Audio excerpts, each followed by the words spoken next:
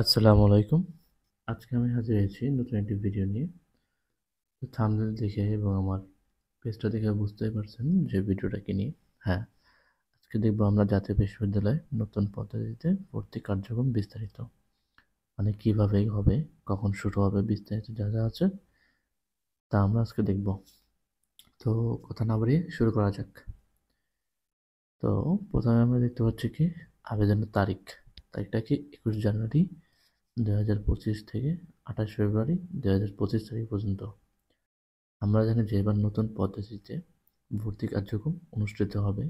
এর মধ্যে বিরাট একটি পরিবর্তন হচ্ছে ভর্তি পরীক্ষা, যা প্রিভিয়াসলি ছিল এবং আবার নতুন করে এসেছে। এবছর থেকে ভর্তি পরীক্ষা দিতে হবে। যেমন ভর্তি পরীক্ষা দিতে হবে কত তারিখে? এখানে আমাদের 3 মে 2025 শনিবার, সময় সকাল 11টা থেকে দুপুর 12টা, এবং অবশ্যই আমাদের 10:30টার মধ্যে উপস্থিত থাকতে হবে কেন্দ্রে, যে কেন্দ্রে আমাদের পরীক্ষা পড়বে। এগুলো জানিয়ে দেওয়া হবে কেন্দ্রে SMS এর মাধ্যমে। আচ্ছা, এরপর আমরা দেখি আর কি কি পরিবর্তন এখানে আসছে। আচ্ছা, পরিবর্তনের মধ্যে কি কি আছে? পরীক্ষা পদ্ধতি, ভর্তি পরীক্ষা হবে। এই ভর্তি পরীক্ষায় কি কি আসবে এবং কিভাবে হবে, মানবন্টন নিয়ে আলাদা একটা ভিডিও করব। এই ভিডিওটা বড় হয়ে যাবে, এই জন্য ভিডিওতে করবো না, আলাদা একটা ভিডিও খুব শীঘ্রই আসবে। এরপর কি আছে? আবেদন ফি এবং ভর্তির সুযোগ, এগুলো আমরা একটু দেখবো। আমরা পদ্ধতিটা দেখলাম যে কি আমাদের ভর্তি পরীক্ষাটা হবে। যদি আমরা অফিসিয়াল সার্কুলারটা দেখি তাহলে কি দেখবো? এখানে ভর্তি পরীক্ষাটা হবে আমাদের বলে দেওয়া আছে। MCQ হবে কি 100টা MCQ থাকবে, 1 ঘন্টার ভিতরে পূরণ করতে হবে, এবং টোটাল মার্ক হবে 200। কীভাবে 200? SSC পরীক্ষার থেকে 40% এবং HSC পরীক্ষার GPA থেকে 60% নিয়ে টোটাল 200 মার্কের মেধা তালিকা প্রস্তুত করা হবে। এরপর আমরা যদি দেখি যোগ্যতা কি থাকতে হবে, তাহলে আমরা দেখতে পাবো যে SSC পরীক্ষায় ন্যূনতম 2.50 কাদের জন্য? মানবিক ও ব্যবসা শিক্ষার্থীদের জন্য। এবং আর HSC-তেও 2.50, এবং উভয় মিলে থাকতে হবে 5.5 থাকতে হবে আমাদেরকে।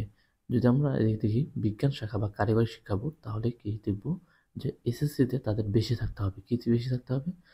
মানবিক ও ব্যবসা শাখা থেকে থাকতে হবে 2.75, ও SSC-তে থাকতে হবে 2.5, টোটাল থাকতে হবে 6.0।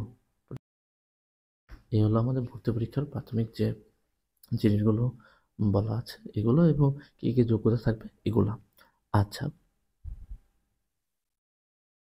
এখন যদি আমরা দেখি কি আছে, প্রাথমিক ভর্তি আবেদন ফিটা কিন্তু ব্যাপক পরিবর্তন আসছে। পূর্বে আমাদের ছিল 250 টাকা, বর্তমানে আমাদের হয়েছে 450 টাকা। তো আরও কিছু পরিবর্তন আসছে আমাদের রেজিস্ট্রেশন ফি। এই রেজিস্ট্রেশন ফিতেও কিছু পরিবর্তন আসছে, যা আমরা এখন দেখব। এখানে আপনারা দেখতে পারবেন যে পূর্বে আমাদের রেজিস্ট্রেশন ফি এবং আবেদন ফি কত ছিল এখানে দেওয়া আছে, এবং বর্তমানে আমাদের আবেদন ফি এবং রেজিস্ট্রেশন ফি কত দেওয়া আছে, কোন জায়গায় কত খরচ হবে সেগুলো দেওয়া আছে। এখানে ব্যাপক একটি পরিবর্তন হলো, আগে যে ভর্তি বাতিল ফি ছিল 700 টাকা, এখন সেটা দাঁড়াবে 200 টাকা। তার মানে আমাদের যদি রেজিস্ট্রেশন ফি আগে ছিল 485 এবং এখন 465, যদি রেজিস্ট্রেশন ফি বেড়েও থাকে, এরপর আমাদের কমেছে কোনটা? ভর্তি বাতিল ফি বা পুনর্বহাল ফি। ভর্তি পুনর্বহাল ফি আমাদের কমেছে, ব্যাপক কমেছে, এবং সেক্ষেত্রে আবেদন ফিটা বেড়েছে, কারণ এখন আমাদের পরীক্ষা হবে এই কারণে। যদি আমরা টাইম লাইনটা দেখি যে কখন কি করতে হবে, তাহলে আমরা দেখতে পাবো যে প্রাথমিক আবেদন হবে হলো 21 থেকে 18, 21 থেকে 28 তারিখ। এরপরে কি হবে? এরপরে আমাদের জমা দিতে হবে, টাকা জমা দিতে হবে।